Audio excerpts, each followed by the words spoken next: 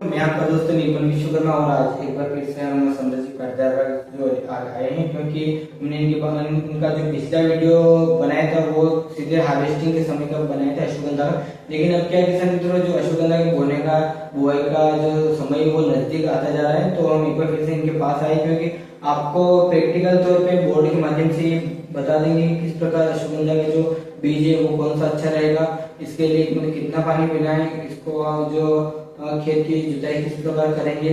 तो ये सारी जानकारी जो हमारा समृद्धि पाटीदार है बोर्ड के माध्यम से आपको बताएंगे। पहले इनसे परिचय जान लेते हैं कि पूरा परिचय देते समृद्धि पाटीदार में हमारे किसान मित्रों। सर, सबसे पहले तो आपका बहुत बहुत स्वागत, वंदन, अभिनंदन, जय श्री श्याम। आप किसानों की मदद के लिए हमारे पास में आए हैं, इसीलिए सभी किसानों की तरफ से भी आपको बहुत बहुत बधाई और शुभकामनाएं। सर, हम आज बात कर रहे हैं अश्वगंधा की खेती के बारे में। जो अभी जो खरीफ की फसल लोगों ने लगा रखी है वो लगभग अपने चरम पे है और आने वाले कुछ समय में किसान लोग उनका हार्वेस्टिंग भी बड़ी अच्छी तरह से कर लेंगे। पर कि कुछ किसानों के मन में सवाल आ रहा है कि कौन सी फसल हम रबी में लगाएं जो कम लागत में अधिक मुनाफा दे। जैसे कि अभी बहुत सारे किसानों की सोयाबीन की फसल भी हुई, लेकिन बहुत सी बारिश की वजह से खराब भी हो चुकी, तो वो किसान आगे भी मतलब कौन सी मतलब फसल लगाए कि उनको इस साल में इस सीजन का भी फायदा मिल सके और जो आने वाले सीजन का फायदा मिल सके, तो इसके लिए जो बेहतर खेती कौन सी होगी? सर, अगर बहुत सारे किसानों को अधिक बारिश की वजह से खेती उनको जो बुआई नहीं कर पाए हैं, तो वो आगे की खेती में अश्वगंधा लगा सकते हैं। ये 15 सितंबर से आप पूरा अक्टूबर लगा सकते हो और एक और चिया सीड भी लगा सकते हो, है ना। तो आज हम बात कर रहे हैं सर अश्वगंधा के बारे में। तो अश्वगंधा की संपूर्ण जानकारी के लिए मैं आपको बोर्ड पे किसानों को बोर्ड के माध्यम से बताना चाहता हूँ कि अश्वगंधा के लिए कौन सी जमीन उपयुक्त होती है, कितना बीज लगता है, इसका बुआई का समय क्या होता है ना। तो ऐसी टोटल जानकारी बुआई से लेकर मंडी तक ले जाने का जो प्रोसेस है सर, मैं आपको बोर्ड के माध्यम से किसानों के सर आपके माध्यम से मैं किसानों को बताना चाहूँगा। तो हमारे समृद्धि पाटीदार आपको बोर्ड के यानी प्रैक्टिकल तौर पर बताएंगे किस प्रकार अश्वगंधा खेती होती है, तो ये बोर्ड के माध्यम से बताएंगे। तो इनसे जान लेंगे पूरी प्रोसेस। तो सर, हमारे किसान मित्रों को मतलब बताइए कि कहाँ से इसकी शुरुआत होगी। सबसे पहले मोस्टली क्या होता है, बीज की जो कहाँ से ले, किस प्रकार इसको मतलब कि कहाँ से लाएं, मंडी से लाएं फिर किसान से ले, तो हम ये इनसे भी जान लेंगे।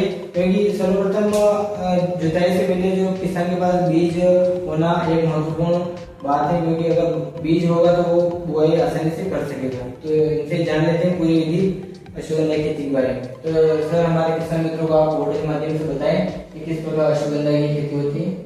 तो सर, हम बात कर रहे हैं अश्वगंधा की खेती। ये अश्वगंधा एक औषधि फसल है, मेडिसिन फसल है, जिसका उपयोग कई सारी मेडिसिन बनाने में उपयोग किया जाता है। इसीलिए इसको पिछले 4-5 सालों से काफी अच्छे रेट मिले हैं और कोरोना काल के बाद में किसानों को इतने अच्छे रेट मिले हैं कि आज पूरे मार्केट पे अश्वगंधा की खेती के लिए लोग आगे आ रहे हैं पूरे मार्केट में। तो आपको हमारे किसान मित्रों को बताइए, जो बीज है वो ऑनलाइन भी मिल सकता है, फिर आपके पास भी उपलब्ध है, या फिर किसान बीज कहाँ से खरीदे तो मतलब अच्छा रहेगा? सर, सबसे पहले तो हम बात करते हैं ये अश्वगंधा की खेती कौन सी मिट्टी में होती है। तो इसके लिए सर लाल मिट्टी,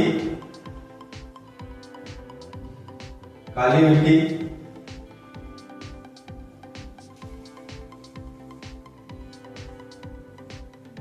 और दोमट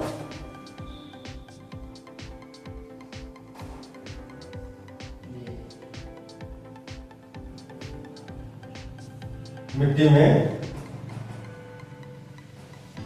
इसका खेती किया जा सकता है। मित्रों, ये जो खेती है ये लाल मिट्टी, दोमट मिट्टी और जो काली मिट्टी है, सभी में इसका उत्पादन लिया जा सकता है किसान मित्रों। और समृद्धि पाटीदार आप हमें ये बताया जैसे मिट्टी तो होगी, लेकिन जो जुताई है वो किस प्रकार करे ताकि किसान को अधिक से अधिक मुनाफा हो सके और जो जड़ है, जो अश्वगंधा की जड़ होती है वो अधिक से अधिक लंबी हो सके। तो इसके लिए मतलब जुताई में क्या करना चाहिए? सर, इसमें दो ही महत्वपूर्ण चीजें हैं खेत की। एक तो गहरी जुताई, नंबर 1 इसमें ध्यान रखना है खेत की गहरी जुताई। क्योंकि सर इसमें रूट बिकता है।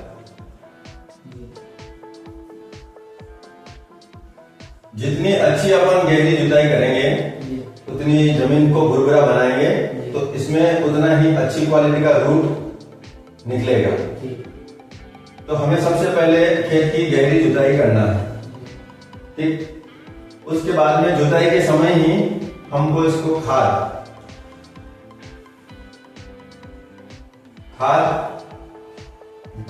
खेत की तैयारी के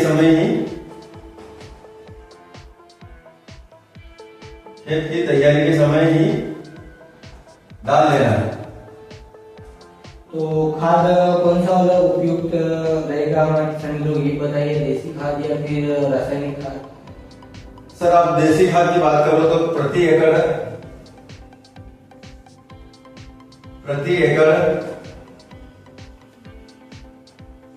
3 से 5 ट्राली खाद आपको डालना है प्रति एकड़। ये किसान लोग एक एकड़ की बात करेंगे क्योंकि जो बीघा होता है वो हर राज्य में अलग अलग तरीके से होता है। और ये प्रति बीघा 43,560 स्क्वायर फीट का लगभग सभी ये जगह समान होता है। जी। तो ये अपने खाद की बात हो गई। तो ये खाद जैसे कि जुताई से पहले डाल देना चाहिए या जुताई के बाद? हाँ, जुताई से इसको खेत की तैयारी के समय ही इसको डाल देना है। जी जी। अब सर बात करते हैं बीज की। जी। दूसरा सबसे महत्वपूर्ण है बीज। जी। अच्छी क्वालिटी का बीज सर कम से कम 1 महीने पहले किसान भाइयों के पास में उपलब्ध होना चाहिए, क्योंकि सर इसमें बहुत सारी प्रॉब्लम होती हैं। क्योंकि आजकल जो होते हैं उसमें अदर सीड्स भी बहुत आ जाते हैं, अमरवेल की शिकायत बहुत आती है। तो यदि आपके पास समय से पहले अगर आपके पास में बीज उपलब्ध है तो आप उसका खुद टेस्टिंग कर सकते हो, उसमें देख सकते हो कि आपको कोई अदर सीड्स तो नहीं आ रहा है। उससे महत्वपूर्ण चीज है कि आप उसका जर्मिनेशन भी घर की क्यारी में लगाकर देख सकते हो कि उसका जर्मिनेशन है वो 100% हो रहा है या नहीं। किसान मित्र एक बहुत ही महत्वपूर्ण बात इन्होंने कही कि अगर बीज हमारे पास 1 महीने पहले उपलब्ध होना चाहिए, क्योंकि क्या होता है कि उसमें क्योंकि बीज बहुत ही बारीक होता है तो इसमें क्या अदर जो जैसे खरपतवार के बीज भी मिक्स हो जाते हैं, तो आप पहले इनका घर पर जर्मिनेशन कर सकते हैं। तो एक महत्वपूर्ण बात है, आप ध्यान रखिए इस बात का। सर इसके बाद में प्रति एकड़ बीज कितना लगता है जी, ये एक महत्वपूर्ण बात है। तो आपको सर प्रति एकड़ जो किसान भाइयों को है प्रति एकड़ बीज जो है वो लगभग 8 से 10 केजी प्रति एकड़ लगाना है। बहुत सारे किसान कम भी लगाते हैं, पर मैं कम के लिए सजेस्ट नहीं करूंगा, क्योंकि जो बहुत सारे किसान हैं जो बिगनर हैं, पहली बार लगा रहे हैं, तो कहीं ना कहीं बहुत सारी उसको लगाने की विधि में कहीं ना कहीं कमियां छोड़ देते हैं।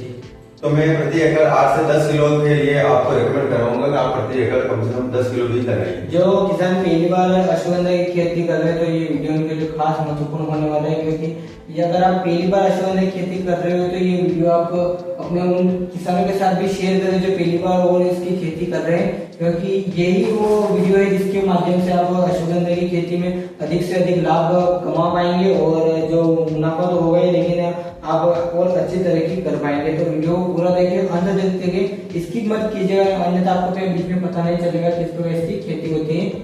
तो आप और बताइए हमारे किसान को इसमें। सर इसके बाद में प्रति एकड़ बीज जो है वो 8 से 10 किलो आपको उपयोग करना है।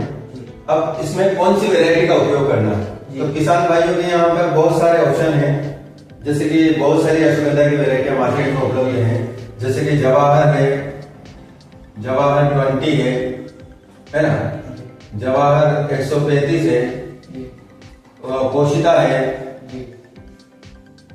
और सिमपुष्टि है। सिमपुष्टि तो सर मैं रेकमेंड करूंगा सिमपुष्टि के लिए, क्योंकि पिछले अभी जिस वेरायटी ने मार्केट में धूम मचा रखी है पिछले 2-3 सालों से, वो सिमपुष्टि वेरायटी। तो आप मैं रेकमेंड करूंगा सिमपुष्टि वेरायटी के लिए। किसान भाई जिसका उत्पादन भी काफी अच्छा है और मार्केट में काफी अच्छी रेट आपको इसके मिल सकते हैं। किसान मित्रों, आप ये स्क्रीन पे देख रहे हैं सिमपुष्टि जो अश्वगंधा हमने आपको बता रखी है, इसकी जड़ भी काफी लंबी होती है और इसका जो उत्पादन है वो भी काफी ज्यादा होता है।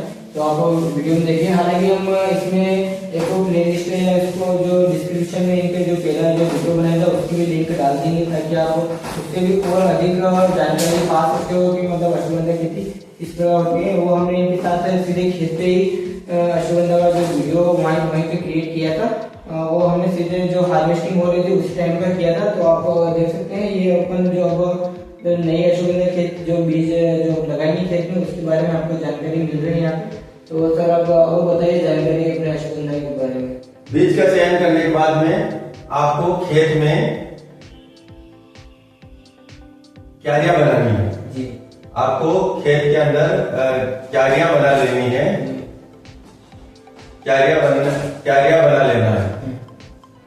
और उसके लिए पानी लगाने के लिए नालियां भी बना लेना है। तो इसको लगभग मतलब कितना पानी? उसके बाद में सर इसको जो बीज का है वो उसको हाथ से ही छिड़काव करके आप लगा सकते हो। पूरा खेत तैयार करने के बाद में आप इसको समान मात्रा से नहीं, जैसे कि बीज तो बहुत बारीक होता है, महीन होता है, तो क्या है कि इसको मतलब किसके साथ मिलाया ताकि बीज जो समान रूप में पूरे खेत में छिड़काव हो सके? सर इसको आप बालू के साथ में आप मिलाकर जी अब इसको समान मात्रा से आप छिड़काव कर सकते जी है ना। इसमें जैसे कि 5 किलो बीज हो गया तो उसके अंदर 5 किलो और बालू मिला लो ताकि वो छिड़काव करने में एक समान आसान हो जी। ठीक है। उसके बाद में छिड़काव करने के बाद में कोई कांटे का झुरा हो जी, जैसे कि खेजड़ी की कोई डाल वाल काट के या फिर बबूल का कोई झाड़ हो है ना, तो उसको डाली से घुमा देना है ताकि बीज मिट्टी के संपर्क में आ जाए। और यहाँ पर सर ये महत्वपूर्ण बात यह है कि जो बीज की गहराई है वो सर आधे इंच से ज्यादा नहीं जानी चाहिए, क्योंकि सर वो बीज बहुत बारीक होता है, महीन होता है उसको निकालने में तो बीज की जो गहराई है वो मतलब आधे इंच से ज्यादा नहीं होना चाहिए जी।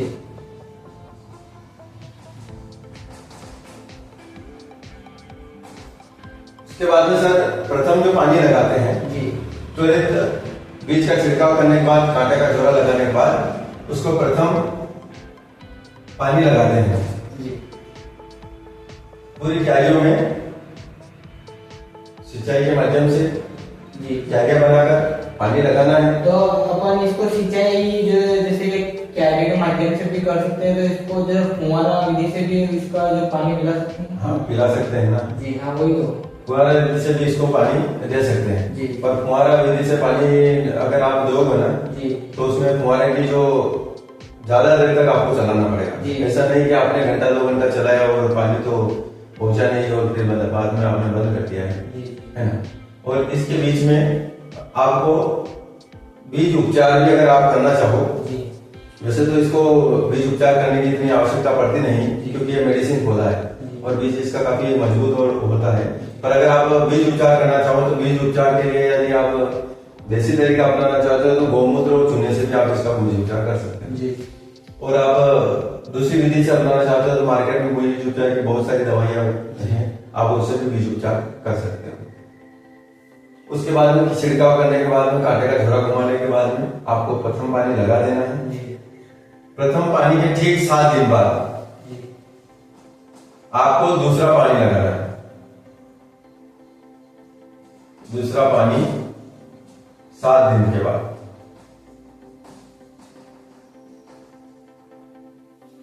जैसा मित्रों आपको देखिए, अगर आप पहली बार खेती कर रहे हो तो ये आपको पॉइंट याद रखने पड़ेंगे, क्योंकि खेती क्या है कि ये बहुत ही मतलब इसका बीज भी बिल्कुल महीन होता है, बारीक होता है, क्योंकि इसका बहुत ध्यान रखना पड़ता है और जो इसका उत्पादन है वो काफी अच्छा होता है और उसमें लाभ भी काफी शानदार दूसरी फसलों के मुकाबले।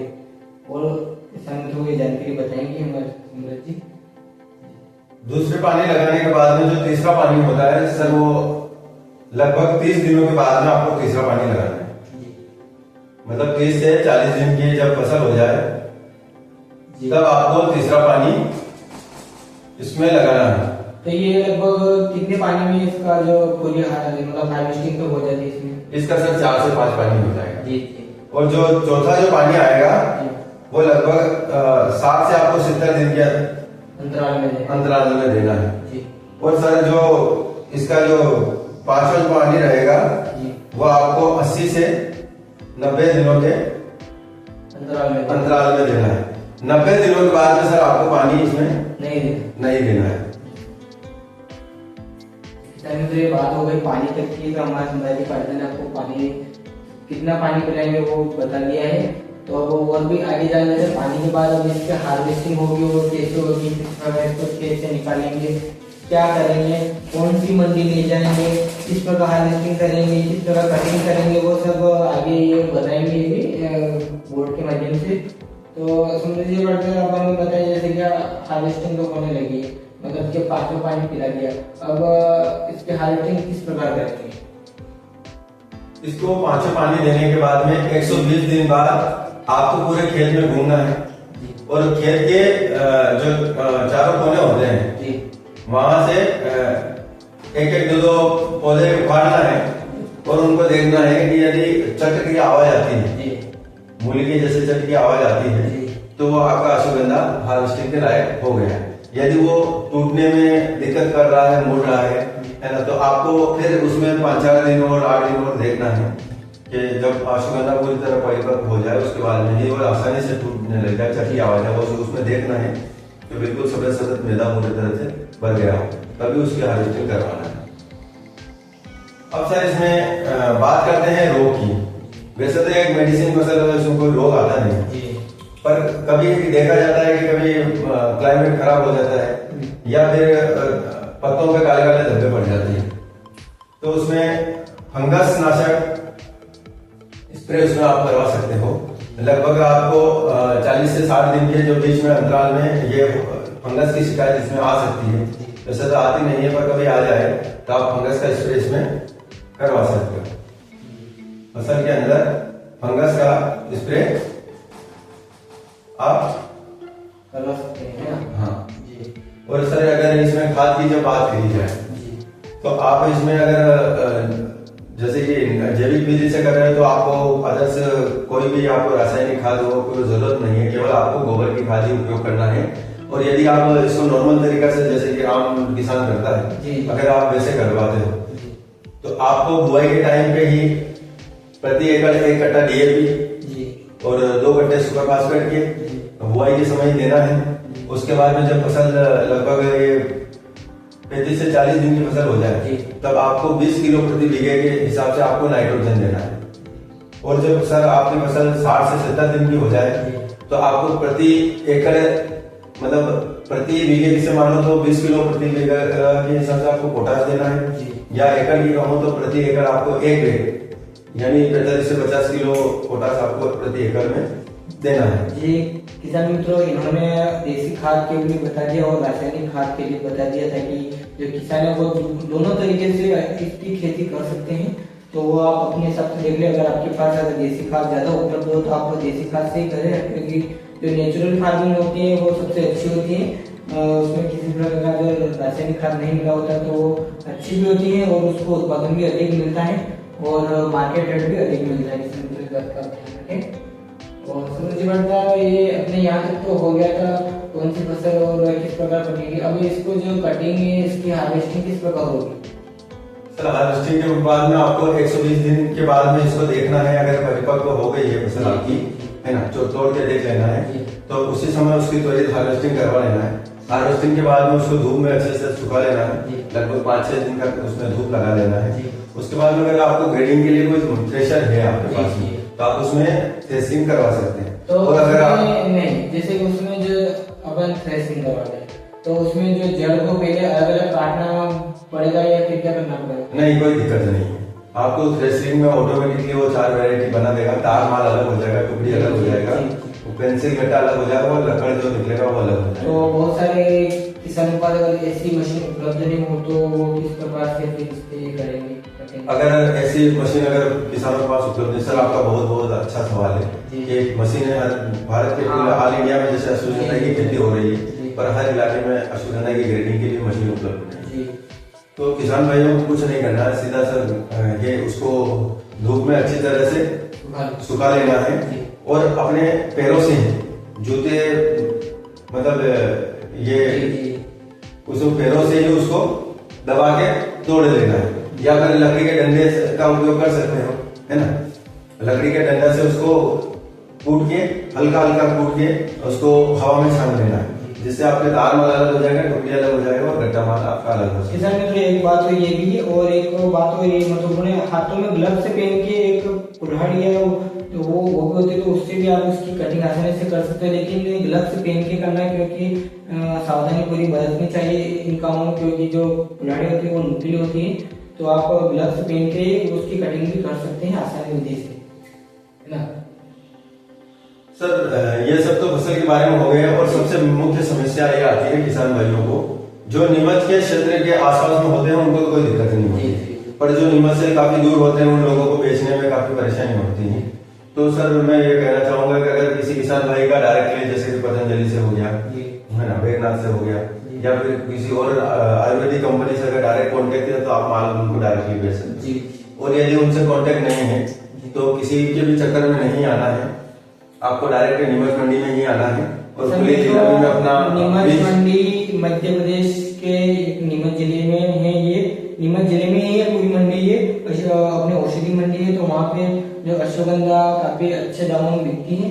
तो अगर आप भी अलग राज्य से आते हैं और आपको अश्वगंधा की खेती में जो अधिक मुनाफा चाहिए तो आप नीमच की औषधि मंडी आ सकते हो।